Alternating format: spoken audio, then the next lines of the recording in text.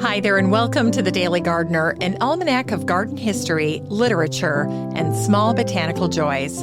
I'm Jennifer Ebling, and today is March 18th. By mid-March, gardeners begin to look outward again, not just at the weather, but at the edges of the yard, at the street. People start to emerge from their houses. More neighbors are outside, taking walks as the weather warms. We step out the door, we look around. The snow begins to melt, and the things we didn't finish in the fall start to resurface. A cracked terracotta pot, a spot along the fence where something tried to burrow through, chewed bark on an ornamental tree. Small signs of winter life that were hidden while the ground was blanketed in white. We're not really in the garden yet. The work hasn't begun. But the looking has. A quiet nod exchanged across the street, a shared recognition. Something has been happening here. Today's stories live in that moment, when gardening begins to move out of solitude and into view. Here's today's garden history. It was on this day in 1969 that the American horticulturist and public garden champion Harriet Pratt died. She was 90 years old. Harriet was born in Rockford, Illinois, far from the grand estates she would later be associated with. When she married Harold Pratt, an heir to the Standard Oil fortune, Harriet entered a world of real money, the kind that can build walls around gardens. But Harriet wasn't interested in living selfishly, especially when it came to green spaces. For more than 30 years, she worked with the New York Botanical Garden, helping shape its buildings and its exhibitions, creating spaces designed to draw people in, not keep them out. In 1939, Harriet brought that same instinct to the New York World's Fair. Her Gardens on Parade spread across acres of ground, giving the public a series of garden rooms they could move through and experience. For many visitors, it was their first encounter with gardening on that scale. Immersive, generous, transformative. And if Gardens on Parade was a spectacle, it was but a mere glimpse of what Harriet and Howard had created for themselves at Welwyn, their estate in Glen Cove, New York, on Long Island's Gold Coast. The name Welwyn comes from an Old English word, wellig, meaning at the willows. Harriet loved the name because it fit the place. The land around their home had been shaped by water, trees, and time. It was the kind of ground willows would have loved. Moisture-holding soil, slow edges, a sense of depth and shadow. Willows have a kind of presence, a softness, and a gravity. Welwyn had that same presence. An estate that took its name from the willow and carried its character, expansive without sharpness, grand without hardness, a place shaped to receive rather than repel. Welwyn was not simply a private garden. It was one of the most magnificent gardens ever created in the United States. One observer wrote, "Mrs. Pratt did not merely have a garden. She directed a botanical institution." More than 50 gardeners and staff worked the grounds, maintaining garden rooms designed by the Olmsted brothers, rooms devoted one by one to roses, peonies, and lilacs. Today, much of that magnificence is gone.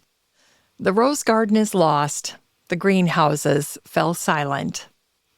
What remains of Welwyn's gardens lives mostly in photographs, color images taken by Francis Benjamin Johnston, offering a brief lens back to a moment when the land was at its most deliberate.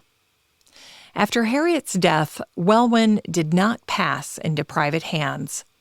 The land was given over. Today it is a public preserve, forest reclaiming former garden rooms, trails where beds once stood. The house itself now holds a different kind of memory, serving as the Holocaust Memorial and Tolerance Center. What Harriet built did not remain fixed, but the gates stayed open, and the land, shaped by the water, trees, and time, continues to receive. And it was on this day, in 1988, that the British horticulturist and television gardener Percy Thrower died from Hodgkin's lymphoma. He was 75 years old. Percy began his career as a working gardener long before anyone put a microphone in front of his face. Percy apprenticed under his father, who was also a gardener, and the two worked side by side on English estates. That's where Percy learned the work of professional gardening, from the soil up, through seasons, setbacks, and the patience it takes to get things wrong before you get them right. When Percy later appeared on television, he didn't change who he was. He wasn't performing gardening. He was simply doing it. In a way, Percy was allowing the public to become his apprentice.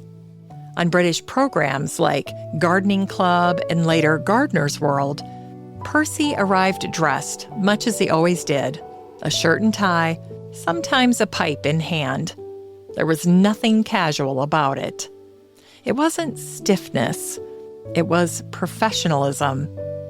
Percy had learned gardening in places where the work mattered, where it was skilled, demanding, and deeply respected. Estate gardening taught Percy that nothing was accidental. Even something as simple as planting a tree required judgment. Where it stood, how it faced the light, how its branches moved through space. And that way of seeing never left him. So when Percy spoke, he spoke plainly about water preparation, soil, mistakes that couldn't be rushed past. And he insisted again and again that he was a gardener first and a presenter second. To Percy, presenting was incidental. The garden was the point.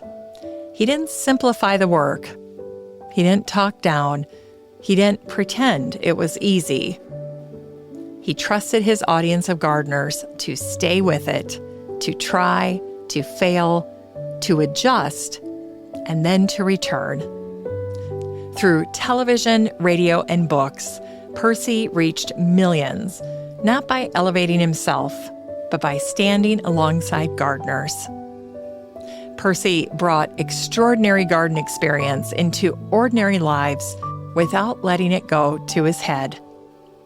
With Percy Thrower, gardening entered public life as a shared practice, steady, respectful, and deeply human.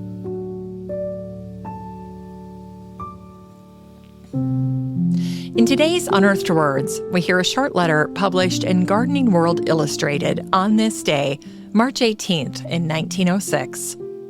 The letter was written anonymously by a gardener living on the western edge of Scotland in a small hamlet called Arderock near the quiet waters of Loch Kishorn.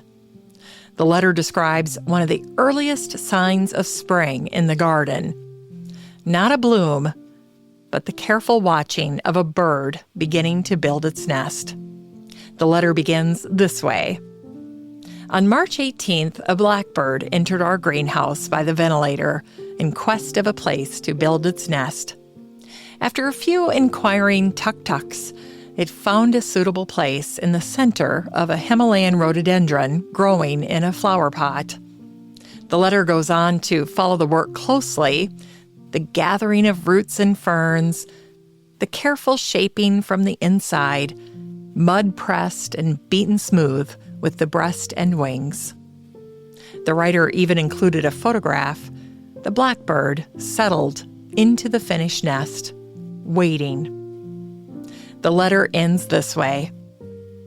We are looking forward to the time when the eggs will be hatched and the young birds have to be fed, when an opportunity will be had to note the different kinds of garden pests that will be carried to the nest for food. Birdwatching asks for the same patience the garden does, not just for bloom, but for balance. And this small letter from Scotland, written more than a century ago, reminds us that while every spring is different, some signs stay the same. Birds return, nests appear, and gardeners notice and quietly say to themselves, "Spring is here." It's time to grow that garden library with today's book, A Little History of British Gardening by Jenny Ingelow. As we continue British Gardens Week here on The Daily Gardener, this book gives us the long view, not just of famous landscapes, but of the people who actually worked them. Jenny doesn't begin with grandeur. She begins with hands in the soil. In this book, you meet monks tending enclosed plots, under-gardeners working before dawn, and women hired seasonally to weed. Ordinary people whose names were rarely recorded, but whose labor shaped the land all the same. Jenny moves easily between the scales. One moment you're walking through Tudor knot gardens, learning how they were laid out and maintained. The next, you're in a wartime suburb where backyard gardens were turned into food plots out of necessity. What makes this book such good company is how it's grounded in its daily work. And then there are the details that Jenny loves best, the small human ones. How herbs were used not just for cooking, but for treating freckles. How gardens were expected to heal, to feed, and to order life. By the time you finish this book, your own garden feels older and more connected, not as a project, but as part of a long shared inheritance. A Little History of British Gardening doesn't tell you what to do. It simply reminds you that whatever you're tending right now belongs to a much longer story, one that has always been shaped by ordinary people working steadily, season after season. And finally, here's something sweet to ignite the little botanic spark in your heart. It was on this day in 1911 that Utah designated its state flower the Sego lily, Calochortus natalii, a native plant of dry hills and spare soil, white waxy petals, and a brief, deliberate bloom. But long before it was a symbol, it was sustenance. In the 1840s, after a devastating cricket infestation destroyed crops, Native peoples taught Mormon settlers how to harvest and prepare the lily's starchy bulbs for survival. Brigham Young later praised the Sego lily as a heaven-sent source of food. A woman named Elizabeth Huffaker, an early Salt Lake City settler, wrote this in her journal. In the spring of 1848, our food was gone.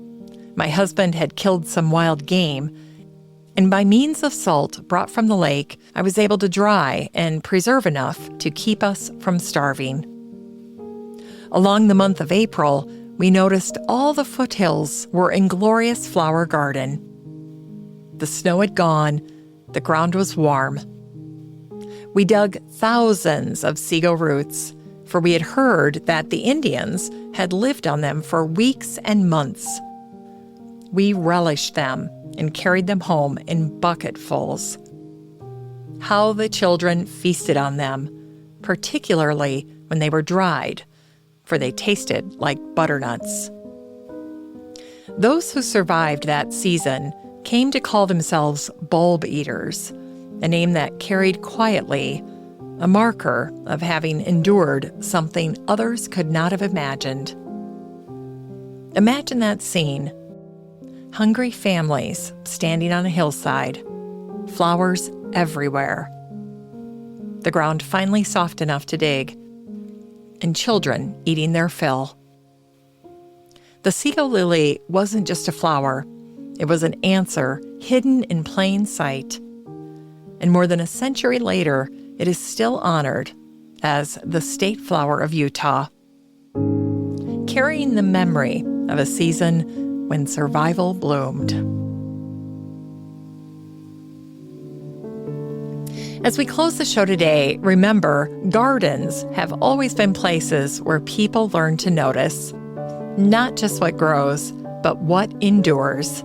Gardens teach us to watch carefully, to wait, and to recognize when something ordinary is quietly doing extraordinary work. So wherever you are today, walking the yard, passing a garden gate, or simply noticing what's returning, let yourself linger a moment. The season is moving, even when it feels slow. Thanks for listening to The Daily Gardener, and remember, for a happy, healthy life, garden every day.